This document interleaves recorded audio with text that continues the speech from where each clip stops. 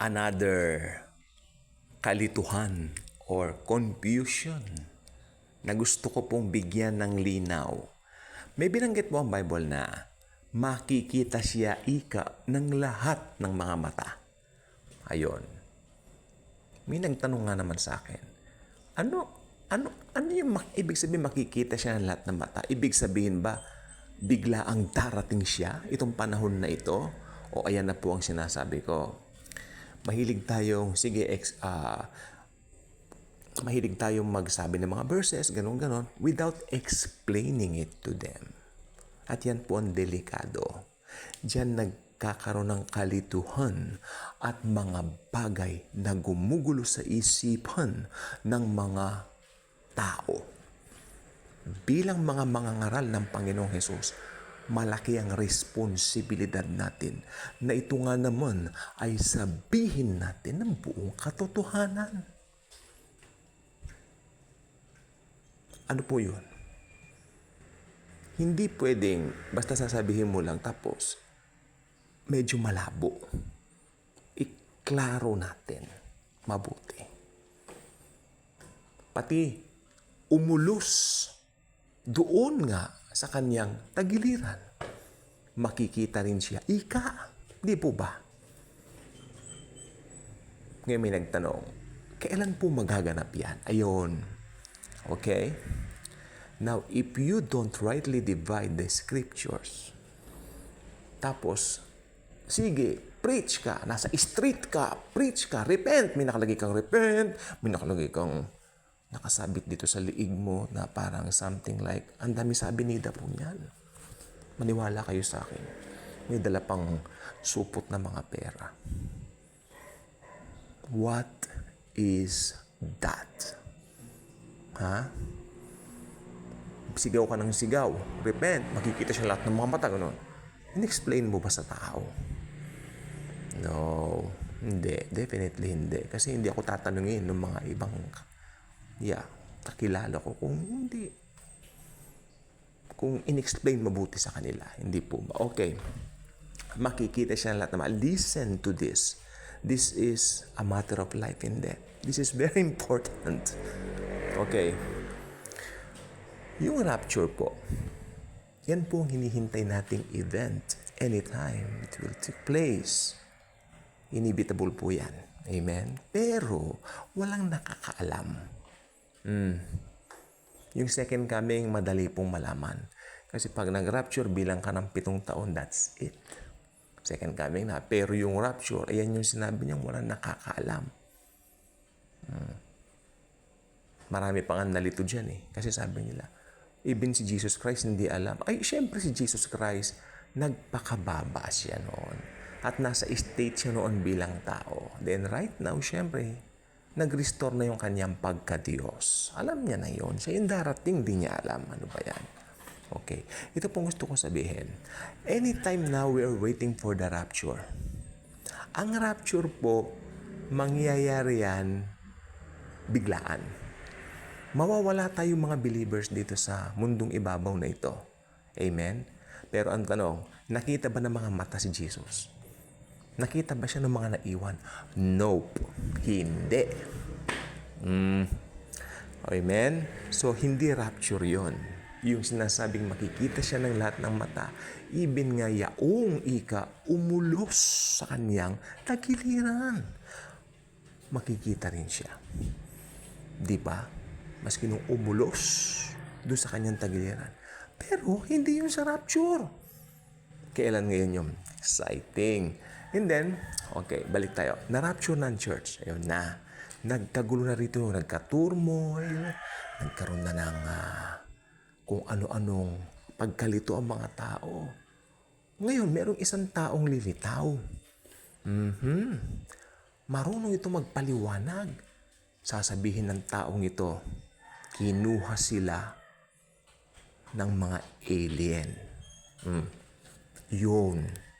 Ang taong ito ay head ng UN. Taga-Europe siya. Taga-Revive Roman Empire. May idea na kayo kung sino?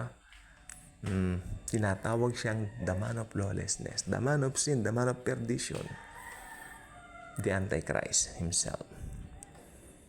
Ngayon, dahil yung pagkaka-rapture sa iglesia o sa church sa atin, mga mananampalataya ng Panginoong Hesukristo, yung mga maiiwan dito ng mga believers, clueless.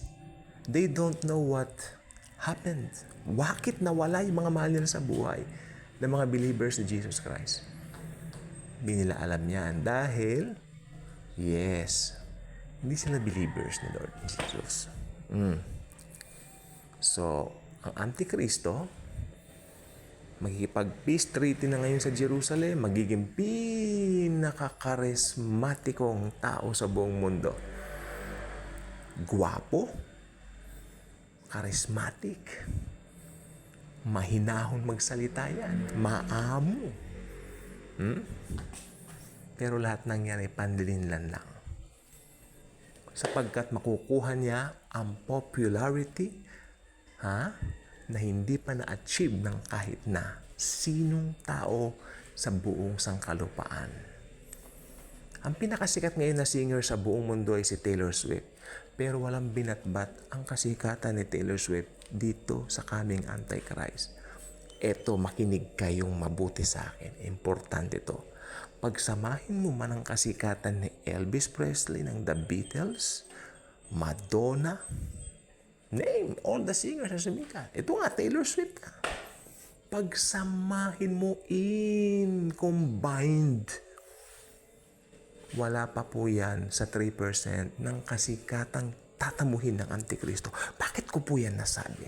Sapagkat yung Antikristo po, mapapasunod niya ang buong sangsinukuban, ang buong mundo. At magdi-demand ito ng worship. Kita po ninyo, at maraming sasamba sa kanya. Why? Dahil meron siyang gagawin na taktika upang malaman kung sino yung mga magiging tapat o hindi nga naman tapat sa kanya. Ito ay ang 666 or 666 na tatak. Isa po itong microchips na ilalagay sa mga kamay during that time. I-inject lang po yun, mga kapatid ko at mga kababayan ko kay Kristo.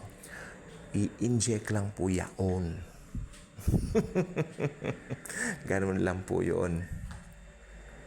At ito pong sasabihin ko, yung mga magpapatatak nun, maiimpyerno na habang buhay. Ni wala na, ni kapatakman, ni kaunti mang pag-asa na maligtas. Wala na talaga. Doomed in hell, ika nga, diba? So, yan po.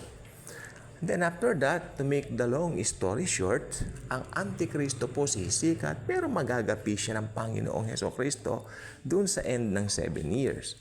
Diba? Alam naman natin, doon sa kalagitnaan ng 7 years na yan, 3.5 years, ipapahinto niya na yung mga sacrifices dito sa temple na mismong siya rin naman nagpa-build. Diba? Tapos, ayun, gagawa na siya ng mga kung ano-anong mga rules, tulad nga ng pagpatatak, at yung mga hindi magpapatatak, papupugutan ng ulo.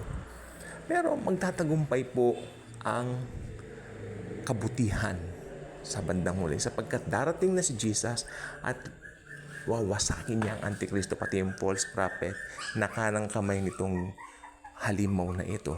Ano po? Okay? So, masasabi ko pa lang po, yung pagdating ng Panginoong Hesukristo, yung second coming niya, yan na po yung umpisa ng tanong ko. Yan na po yung makikita siya ng lahat ng mata ng mga tao. Ayun na. I hope maliwanag po ito. Apo. Kasi para wala pong kalituhan. So sa second coming po pala yun, makikita siya ng lahat ng mga mata, maski nga naman nga iyaong umulo sa kanya.